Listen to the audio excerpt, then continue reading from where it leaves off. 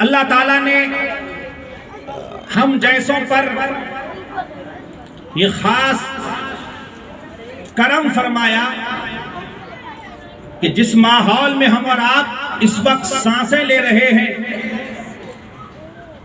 آج کا ماحول گناہوں کی نحوست نے ہمیں چاروں طرف سے جکڑ رکھا ہے۔ ایسے ماحول میں تھوڑی دیر کے لیے اس نورانی، ایمانی، خالص دینی اور مذہبی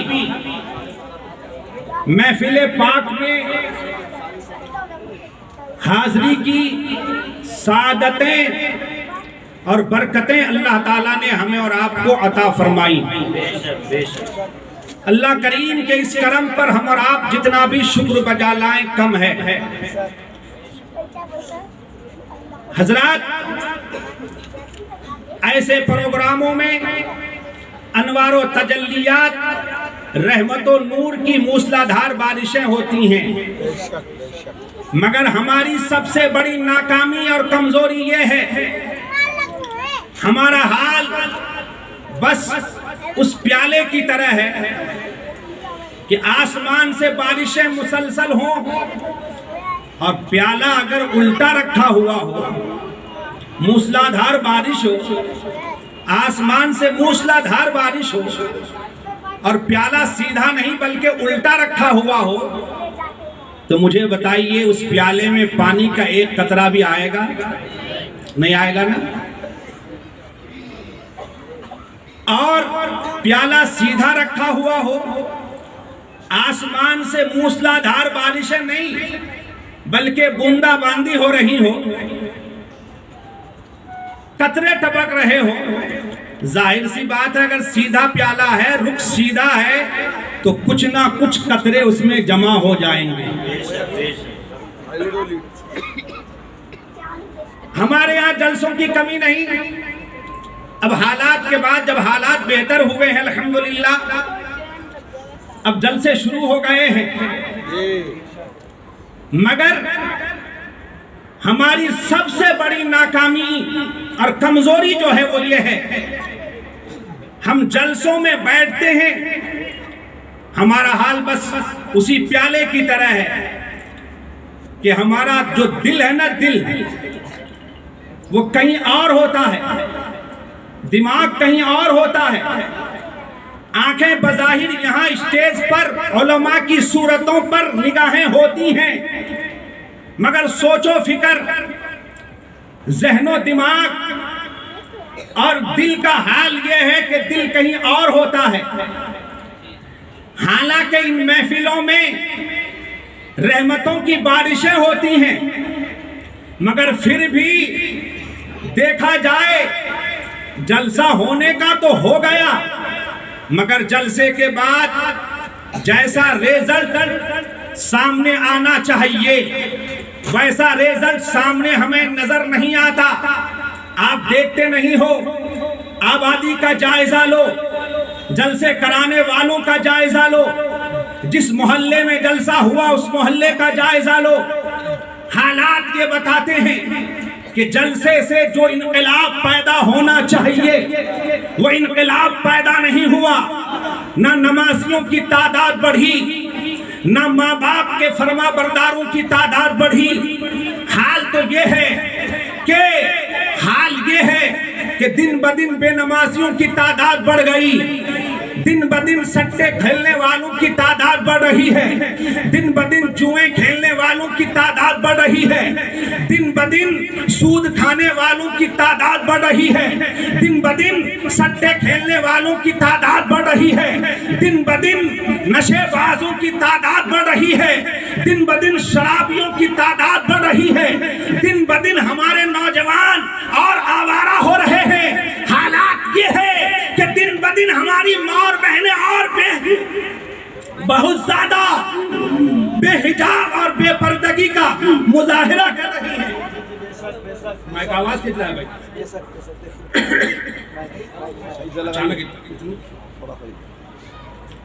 محمد صلی اللہ علیہ وسلم معراج بھائی کا مائک تو بہت لاجواب ہے، آپ کو کبھی شکایت کا موقع ہی نہیں دیتے، مجھ میں کوئی کمی ہوگی۔ بہرحال میں عرض کر رہا تھا ریزلٹ ویسا ہمیں نہیں مل رہا ہے، وجہ صرف وجہ یہی کہ ہم دل کے پیالے کو جو اس کا رخ جو سیدھا کر کے یہاں بیٹھنا چاہیے، ہم سیدھا کر کے دل کے پیالے کو سیدھا کر کے یہاں نہیں بیٹھ رہے ہیں۔ میں یہ چاہتا ہوں، اللہ اور اس کے رسول کا واسطہ دے کر میں آپ کو عرض کرنا چاہتا ہوں کہ تھوڑی دیر کے لیے جلسوں کو تماشا نہ بنائیں، جلسوں کو صرف نعروں کی نظر نہ کریں، جلسے میں آئیں تو صاحب دین سیکھنے کے لیے آؤ، کچھ لینے کے لیے آؤ، اور ساتھ ہی ساتھ نیتیں درست کر کے آؤ۔ جب نیتیں اچھی ہوں گی تو انشاءاللہ ریزلٹ بھی اچھا ہوگا، انشاءاللہ سبحان اللہ ریزلٹ بھی اچھا ہوگا۔ کیا بات ہے۔ میں اللہ تعالیٰ سے دعا کرتا ہوں کہ اللہ تعالیٰ مجھے بھی اخلاص کے ساتھ سنانے کی توفیق عطا فرمائے، اور آپ کو بھی اخلاص کے ساتھ سننے کی توفیق عطا فرمائے۔ جو کچھ میں سناؤں اللہ مجھے بھی اور آپ کو بھی اس پر عمل کی توفیق عطا فرمائے۔ حضرات، سورہ محمد کی ایک چھوٹی سی آیت میں نے آپ کے سامنے تلاوت کی ہے۔ وقت میرے پاس بہت کم ہے، میں جلدی اپنی بات آپ تک پہنچاؤں گا، آپ پوری دل جمعی کے ساتھ میری گفتگو سنیں۔ اللہ تعالیٰ اس آیت پاک میں صرف چند الفاظ کی آیت ہے، آپ ذرا آیت کو دیکھیں کہ اس آیت میں اللہ نے مرض کو بھی بیان کیا ہے، اور اس مرض کی وجہ کو بھی بیان کیا ہے کہ یہ مرض لگتا کیوں ہے، اس کی وجہ کو بھی بیان کیا ہے، اور یہ مرض اگر لگ جائے فرد کو لگ کے تو فرد تباہ ہوتا ہے، اگر جماعت کو لگ جائے تو جماعت تباہ ہو جاتی ہے، اگر قوم کو لگ جائے تو قوم تباہ ہو جاتی ہے۔ بیماری ایسی ہے کہ اگر آبادی کو لگ جائے تو پوری آبادی برباد ہو جاتی ہے۔ آخر وہ مرض کون سا ہے؟ حضرات ذرا آؤ میری بات سننے سے پہلے ایک بات اور عرض کر دوں۔ حضرات، آپ دیکھتے ہیں بہت سے مرض ایسے ہیں کہ مرض تو لگا ہے مگر ڈاکٹر کو بھی یہ پتا نہیں کہ یہ مرض آخر تمہیں لگا کیوں، یہ مرض آخر تمہیں ہوا کیوں۔ ڈاکٹر دوائی تو دیتا ہے مگر مرض لگنے کی وجہ بیان نہیں کر پاتا ہے۔ بہت سے ایسے امراض ہیں، بہت سے ایسی بیماریاں ہیں کہ اس کے وجوہات ڈاکٹر بیان نہیں کر پاتا۔ ڈاکٹر کہتا ہے کہ ہم ریسرچ کر رہے ہیں، ہم دیکھ رہے ہیں، دوائی لے جاؤ کھاؤ، ہم بعد میں بتائیں گے کہ اس میں وجہ کیا ہے اور سبب کیا ہے۔ مگر آؤ قرآن جسے ہم حکیم کہتے ہیں، قرآن حکیم ہم بھی کہتے ہیں، آپ بھی کہتے ہو، ہم بھی بولتے ہیں، آپ بھی بولتے ہو، ہم بھی مانتے ہیں، آپ بھی مانتے ہیں، مگر ہماری کمی کیا ہے، ہماری ناکامی کیا ہے؟ ہماری سب سے بڑی کمزوری یہ ہے کہ حضرات قرآن کو ہم حکیم مانتے ہیں، قرآن کو ہم حکیم بولتے ہیں، مگر ہماری لاپرواہی یہ ہے کہ اس حکیم کے بتائے ہوئے نسخے پر ہم عمل نہیں کر رہے ہیں۔ ہم قرآن کو حکیم تو کہتے ہیں مگر قرآن نے جو نسخہ دیا ہے اس پر ہم عمل نہیں کر رہے ہیں، قرآن نے جو نسخہ بتایا ہے ہم اس پر عمل نہیں کر رہے ہیں۔ اور قرآن ایسا حکیم ہے کہ مرض بھی بتا رہا ہے اور ساتھ ہی ساتھ دوائی بھی بتا رہا ہے۔ اور مرض کیوں لگا ہے، مرض کیوں لگا ہے، قرآن وہ وجہ بھی بیان کر رہا ہے۔ کیا بات ہے، نعرہ تکبیر، نعرہ رسالت، مسلک اعلیٰ حضرت فیضان قرآن کانفرنس۔ وہ مرض کیوں لگا ہے، قرآن اس وجہ کو بھی بیان کر رہا ہے۔ پہلے وجہ بیان کر رہا ہے، افلا یتدبرون القرآن، تم قرآن میں غور و فکر کیوں نہیں کرتے، قرآن میں غور و فکر کیوں نہیں کرتے۔ یاد رکھیے قرآن کا جو آنے کا مقصد ہے، آج بڑی معذرت کے ساتھ میں عرض کروں گا، ہمارا سسٹم یہ ہو گیا ہے، ہم نے صرف گھر میں قرآن کو برکت کے لیے رکھا ہے، کارخانے میں رکھا ہے تو صاحب اس لیے کہ برکت ہو جائے۔ قرآن خوانی بھی اگر ہم کراتے ہیں نئے مکان میں تو نیت یہ ہے کہ برکت کے لیے۔ یہی ہے نا؟ برکت کے لیے بڑی معذرت کے ساتھ عرض کروں گا، قرآن جو آیا ہے، قرآن کے آنے کا مقصد صرف برکت ہی نہیں ہے۔ قرآن اپنے آنے کا مقصد قرآن کے اندر بیان کیا ہے کہ اللہ نے قرآن کو کیوں بھیجا؟ تدبر کے لیے بھیجا ہے قرآن کو، عقل والوں کی نصیحت کے لیے اللہ نے قرآن کو بھیجا ہے۔ مگر نہ ہم قرآن میں تدبر کر رہے ہیں، نہ ہی ہم قرآن کی بتائی ہوئی نصیحتوں پر ہم عمل کر رہے ہیں۔ یہی وجہ ہے، آج ذبو حالی کی وجہ یہی ہماری ہے۔ میں عرض کرنا چاہتا ہوں، قرآن کو صرف برکت کے لیے گھر میں سجا کر نہ رکھو، بلکہ قرآن کے آنے کے مقصد کو سمجھو۔ قرآن کیوں آیا ہے اس کے مقصد کو سمجھو، مقصد سمجھو۔ قرآن کے آنے کا مقصد یہ ہے کہ ہم اس میں تدبر کریں۔ قرآن کہتا ہے تم تدبر کیوں نہیں کرتے، تم غور و فکر کیوں نہیں کرتے؟ اور پھر غور و فکر کرو گے کیسے؟ کیسے غور و فکر کرو گے؟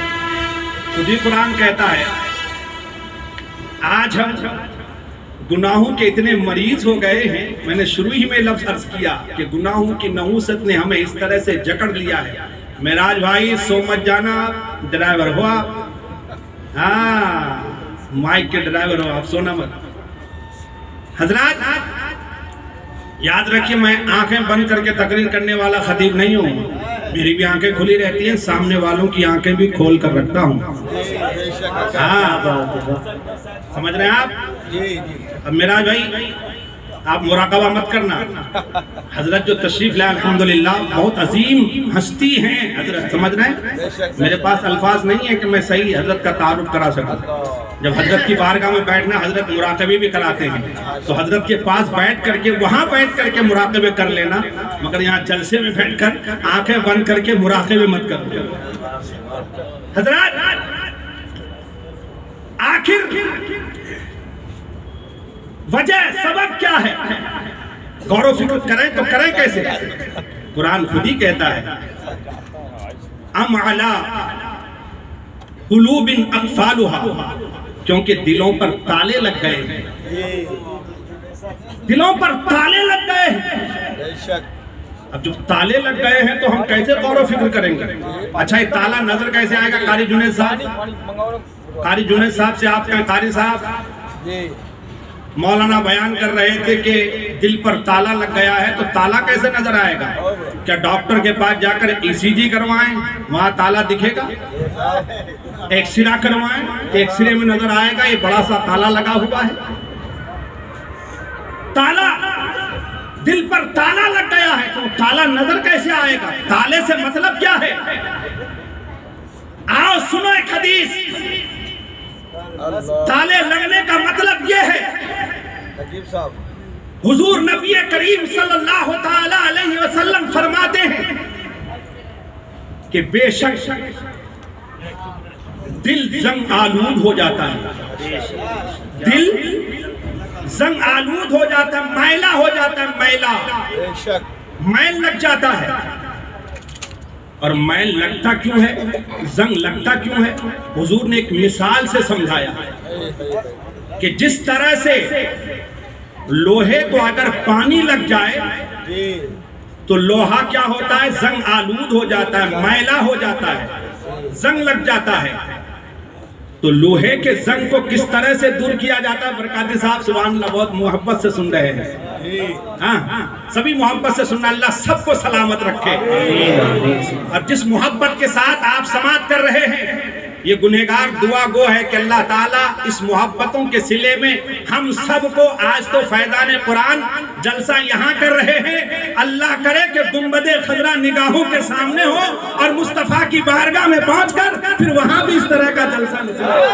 سبحان اللہ سبحان اللہ۔ جس محبت سے آپ سن رہے ہیں محبت سے سنیے، میرے جملوں کو کیچ کریں، آپ دل پہ لیں۔ میں عرض کر رہا تھا حضور نے مثال دے کر سمجھایا کہ جس طرح سے پانی لوہے کو لگ جائے تو لوہا کیا ہوتا ہے؟ زنگ آلود ہو جاتا ہے۔ ایسے ہی جب بندہ گناہ کرتا ہے تو گناہ کا میل ایسا ہے کہ اس گناہ کرنے کی وجہ سے بندے کا دل جو ہے وہ میلا ہو جاتا ہے، زنگ آلود ہو جاتا ہے۔ جب صحابہ نے یہ فرمان سنا، صحابہ پریشان ہو گئے، عرض کرتے یا رسول اللہ صلی اللہ تعالی علیہ وبارک وسلم، لوہا زنگ آلود ہو جائے تو اس زنگ کو ہم رگڑ دیتے ہیں تو زنگ دور ہو جاتا ہے، یا پھر بھٹی میں ڈال دیتے ہیں تو آگ اس زنگ کو دور کر دیتی ہے۔ برتن پہ اگر میل لگ جائے، زنگ لگ جائے تو مانجنے سے برتن صاف ہو جاتا ہے، ہاتھ کے ذریعے سے ہم اس میل کو دور کر دیتے ہیں۔ لوہے کا میل ہو یا برتن پہ اگر زنگ لگ جائے، میل لگ جائے تو ہاتھ سے ہم اس زنگ کو دور کر دیتے ہیں، میل کو دور کر دیتے ہیں، مگر دل تو اندر ہے، وہاں تو ہمارا ہاتھ پہنچ ہی نہیں سکتا، ہاتھ پہنچ ہی نہیں سکتا، تو پھر اس میل کو ہم کس طرح سے دور کر سکتے ہیں؟ ہمارا ہاتھ تو اندر پہنچ ہی نہیں سکتا۔ جب صحابہ عرض کرتے یا رسول اللہ اس میل کو ہم کس طرح سے دور کریں گے؟ اب میرے آقا صلی اللہ تعالی علیہ وسلم دو پیارے نسخے ہمیں عطا کر رہے ہیں، مگر ہماری کمزوری اور ناکامی یہ ہے کہ ڈاکٹر کے بتائے ہوئے نسخے کو ہم ٹائم پہ کھا لیتے ہیں، ڈاکٹر کی دی ہوئی دوائی ہم ٹائم پہ کھا لیتے ہیں۔ ڈاکٹر نے کہا اس خوراک کو صبح لینا، اسے شام میں لینا، اسے سوتے وقت لینا، ڈاکٹر نے کہا صبح صبح ایکسرسائز بھی کرنا، ڈاکٹر نے کہا کہ صبح صبح چہل قدم بھی کرنا ہے۔ تو ڈاکٹر کی ہر بات کو ہم مانتے ہیں، اور اس لیے مانتے ہیں کہ کہیں ایسا نہ ہو کہ میرا مرض بڑھ نہ جائے، کہیں ایسا نہ ہو کہ میری تکلیف بڑھ نہ جائے۔ مگر افسوس کہ نبی صرف ڈاکٹر ہی نہیں بلکہ نبی تو طبیبوں کے طبیب ہیں، حکیموں کے حکیم ہیں۔ میرے آقا صلی اللہ علیہ وسلم سارے ڈاکٹروں کے ڈاکٹر ہیں۔ ہمارے ڈاکٹروں کو اگر ڈاکٹری کی ڈگری ملی ہے تو نبی کے در کے خیرات کے صدقے، سبحان اللہ سبحان اللہ، واہ واہ کا صدقہ ہے، نبی ہی کا صدقہ ہے۔ مگر ہم اتنے گنہگار نالائق، اب تو ہم کسی بھی لائق نہیں ہے، مصطفیٰ کے بتائے ہوئے نسخوں پر ہم عمل نہیں کر رہے ہیں۔ صحابہ عرض کرتے یا رسول اللہ کس طرح سے میل دور ہوگا؟ اب آقا کریم نے دو نسخے دیے۔ حضور فرماتے ہیں کثرت و ذکر الموت، کہ موت کو کثرت سے یاد کرو۔ پہلا نسخہ حضور نے دیا کیا؟ کہ موت کو بہت زیادہ یاد کرو، اپنوں میں ہو جب موت کو یاد کرو، بیگانوں میں ہو جب موت کو یاد کرو، دکان میں ہو جب موت کو یاد کرو، کارخانے میں ہو جب موت کو یاد کرو، مسجد میں ہو جب موت کو یاد کرو، مسجد سے نکلو جب موت کو یاد کرو۔ اگر کبھی تمہیں نفس بہکا کر گناہوں کی چوکھٹ پر لے جائے، زنا کے قریب لے جائے، فوراً موت کو یاد کر لو۔ موت کو یاد کرو گے گناہوں سے بچ جاؤ گے، موت کو یاد کرو گے دل کا میل صاف ہو جائے گا، بے شک بے شک، دل کا میل صاف ہو جائے گا۔ حضور نے ایک نسخہ دیا۔ پہلا نسخہ کیا؟ کہ موت کو بہت زیادہ یاد کرو۔ اب دوسرا نسخہ سنیے، حضور فرماتے ہیں دوسرا نسخہ کیا ہے؟ میرے آقا فرماتے ہیں دوسرا نسخہ یہ ہے کہ کثرت سے قرآن کی تلاوت کرو۔ سبحان اللہ، کثرت سے قرآن کی تلاوت کرو۔ اب دیکھو میرے آقا نے بتا دیا جہاں تمہارے ہاتھ نہیں پہنچ سکتے، میرا قرآن اتنا طاقتور ہے، میرا قرآن اتنا طاقتور ہے۔ نبی فرماتے ہیں تم قرآن کی تلاوت کرو گے، قرآن کا فیض تمہارے دل کی سیاہی کو دھو دے گا، قرآن کا فیض تمہارے دل کے میل کو دور کر دے گا۔ میرے آقا فرماتے ہیں کثرت سے قرآن پڑھو، کثرت سے قرآن پڑھو، کثرت سے قرآن پڑھو، قرآن کی تلاوت کرو۔ حضرات اب آپ سوچ رہے ہوں گے کہ صاحب اگر دل میلا ہو گیا ہے تو اس کی علامت کیا ہے؟ اب ذرا میں علامت بھی بتا دوں یا اگلے سال جلسے کے لیے انتظار کروں؟ محبت سے سن رہے ہیں سبحان اللہ. یہ تو میں بیچ بیچ میں آپ کا امتحان لے رہا ہوں. سبحان اللہ. حضرات اب کیسے پہچانے؟ کوئی علامت، کوئی پہچان؟ اگر کسی کو پیلیا ہو جائے، جونڈس ہو جائے، پتہ لگا لیتے ہو نا آپ؟ میں ڈاکٹر تو بعد میں پتہ لگاتا ہے، ہم اور آپ بھی دیکھ لیتے ہیں آنکھیں پیلی ہو گئی ہے، ہم کہتے ہیں بھائی تجھے پیلیا ہو گیا ہے، جونڈس ہو گیا ہے. آنکھیں پیلی، سمجھ گئے جونڈس. جسم کی حرارت بڑھ گئی، آپ کے دوست آپ سے ہاتھ ملاتا ہے، ہاتھ گرم ہے، آپ نے کہا بھائی ایسا لگتا ہے تمہیں بخار ہو گیا ہے. جسم کی حرارت بڑھی ہوئی ہے، یہ علامت پہچان. آنکھیں پیلی ہو گئی، سمجھ گئے آپ کیسے جونڈس ہے.